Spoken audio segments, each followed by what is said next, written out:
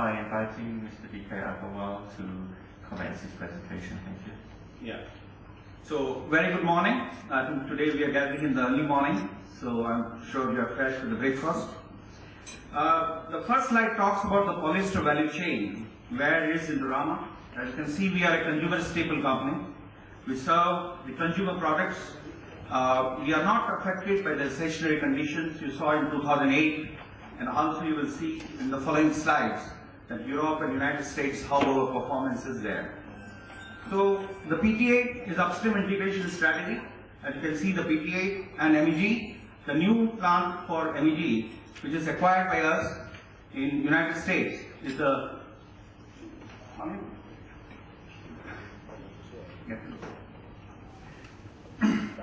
So the new strategy is the upstream integration, the paraxylene, which is also as one of the projects which we are looking at it.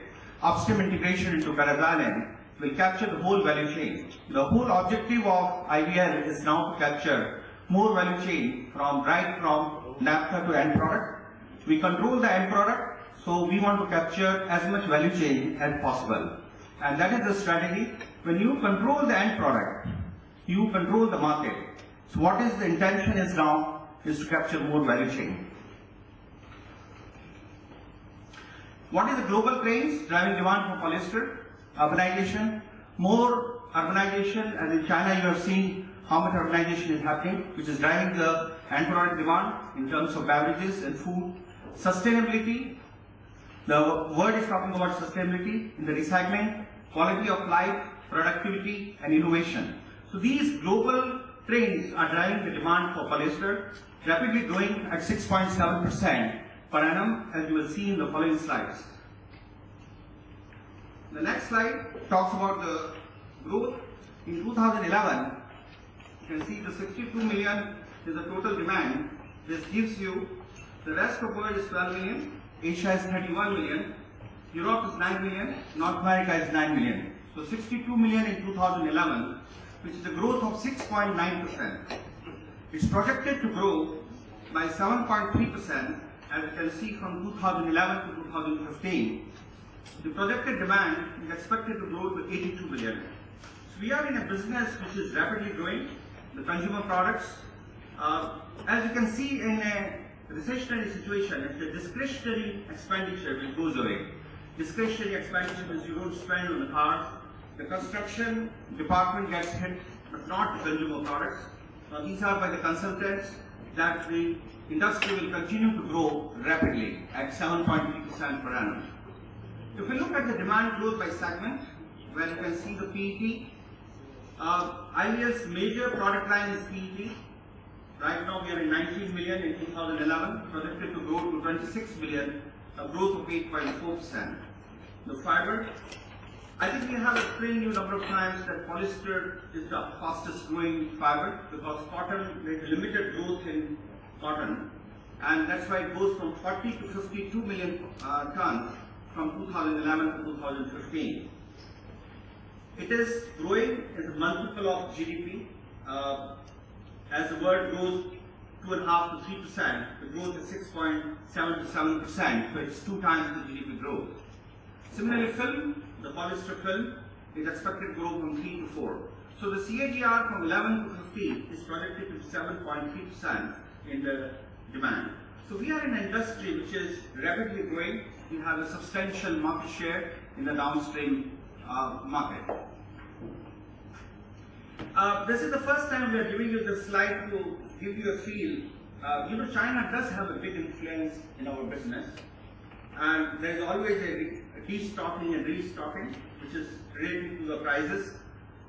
Chinese sometimes go away from the market. So you can see the fluctuation in the demand.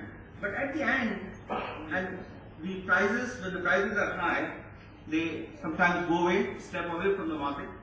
So you can see that 3.2 million tons per annum was 2010 to 11, which is 6% growth. So you do see a cyclical fluctuation, and that's why you see the inventory gain loss in our quarterly statements, and we do give you a core EBITDA explaining, eliminating those inventory gain losses. So what we are seeing here, the fourth quarter there was destocking. So the prices drop, and then we expect again restocking taking place in the second half when the margins will go up. The bottom line is that underlying demand is robust in the polyester chain. You do see fluctuations quarter to quarter. That's because of restocking and destocking. So we have kept few slides this time in the industry section because I think instead of repeating it, IVL is in a business which is rapidly growing. The demand growth is there. It is resilient. We have seen in Europe, people might be having worry about Europe, but you will see all European plants are operating at 100% capacity. Our Rotterdam plant is going to be started in June, which is going to be replacement of the import demand. Europe still imports about 750,000 tons of PET. So this gives you a feel of what's happening in the industry. Of course, we'll take your question answers later if you have any further questions. You go to the second section, company overview. So what is IVL? We are a polyester chain industry leader, as we have demonstrated by various acquisition and various greenfield plants. We have a committed capacity of 8.6 million tons by 2013. A very good example of acquisitions, culturally integrating them and managing those operations. Today we operate 39 operating sites in 15 countries across 4 continents. All our acquisitions have been very successfully integrated. I was in US recently. The Old World acquisition has been very well integrated, and we'll talk about Old World when we go to that section of new acquisition. We are providing value-added and differentiated products and services to our customers across the globe. We have a substantial market share, as you know. The PET is about 20 million tons. We control about 17% of the world market and the leading position in Europe and the United States.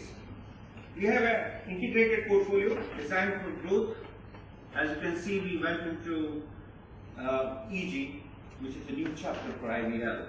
As you might be following, shale gas is very, very competitive in the US. The ethylene in the United States today for crackers, new crackers, is going to cost only 20 cents a pound, $440, versus the present Northeast Asia price of $1,200. So this acquisition of IVL is giving you a new chapter for IVL, a new foothold, and we'll talk this more when we go to that section. Benchmark in operational excellence, we continuously benchmark ourselves to have the best operational excellence around the group. We continuously exchange the knowledge from one unit to another unit, and exceptional management with proven track record, and we remain committed for growing the shareholders' value, which we have demonstrated. If we go to the next slide, we serve the end customer. Look at the customer profile. PET, when we have such a substantial market share, we deal directly with the end customer like Coke, Pepsi, Nestle, Danone, Kraft Foods. We are able to give them a global solutions. Like Danone in Paris can buy our product anywhere in the world. Similarly, Nestle, Coca-Cola. Similarly, on the specialty side or the hygiene fiber side, when the fiber is an acquisition, like Procter & Gamble, let me give you an example of Procter & Gamble. We serve Procter & Gamble from all the business segments. We give them bottles, which are made from PET. We give them ethoxylates, which is made from ethylene oxide from the recent acquisition of Old World, and we are giving them for the diapers and sun care. So this is the end product solution to different customers. So all these are the customers who may be thinking, what is Intercontinental and Marriott doing here? We are able to provide them with a trivial acquisition solution for their furnishing, flame retardant furnishing solutions. So we are serving the world-class customers globally, and we are strongly poised right now because of our volume and the footprint around the globe. This gives you strong operating performance, production volumes, history from 2006. We have a CAGR of 66%. In 2011, our total production was 4.36 million tons. Of course, North America and Europe, and 2.1 million is in Asia. Last 12 months, our total production is 4.6 million tons. If you look at segment-wise, the same numbers, you can see the PET is a significant portion. Last 12 months was 2.47 million tons, which is going to grow further as our Chinese